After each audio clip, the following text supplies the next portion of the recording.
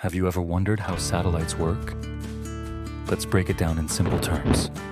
A satellite is launched into space by a rocket. Once it reaches the right height, it stays in orbit, thanks to a perfect balance between Earth's gravity and its own speed. Satellites send and receive signals using antennas. They help us with communication, GPS, weather updates, and even surveillance. Signals go from Earth to a satellite, then back down to another location, kind of like a cosmic relay race. Solar panels give the satellite power, and smart systems inside control its position and operations.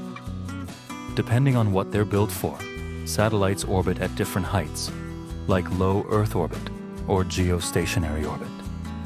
And that's how these amazing machines connect our world from above. Subscribe to Infotech Fusion for more tech explainers made simple.